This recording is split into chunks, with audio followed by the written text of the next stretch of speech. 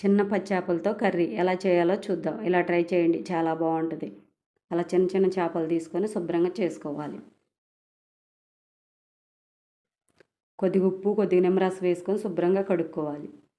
ఉల్లిపాయ ముక్కలు కొద్దిగా, పచ్చిమిరకాయ ముక్కలు కొద్దిగా, కరివేపాకు, కొత్తిమీర వేసుకోవాలి. స్పూనున్నర ఉప్పు వేసుకోవాలి. ధనియాల పొడి 1 స్పూన్ వేసుకోవాలి. 2 స్పూన్లు కారం వేసుకోవాలి. ఒక కప్పు నూనె పోసుకోవాలి.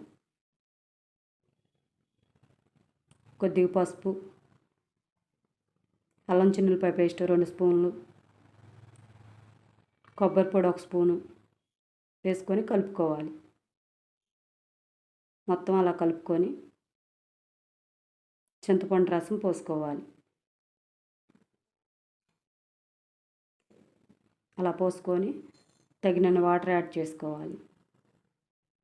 మూత పెట్టి పొయ్యి మీద పెట్టుకొని ఉడకనివ్వాలి.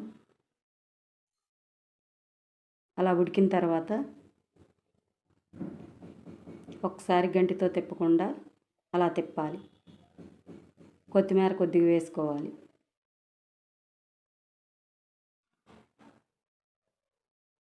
మూత పెట్టి కొద్దిసేపు ఉడకనివ్వాలి. అలా ఉడికిన తర్వాత పక్కకు తీసుకొని సర్వ్ చేసుకోవటమే. ఇలా ట్రై చేయండి, ఎలా వచ్చిందో నాకు కామెంట్ చేయండి.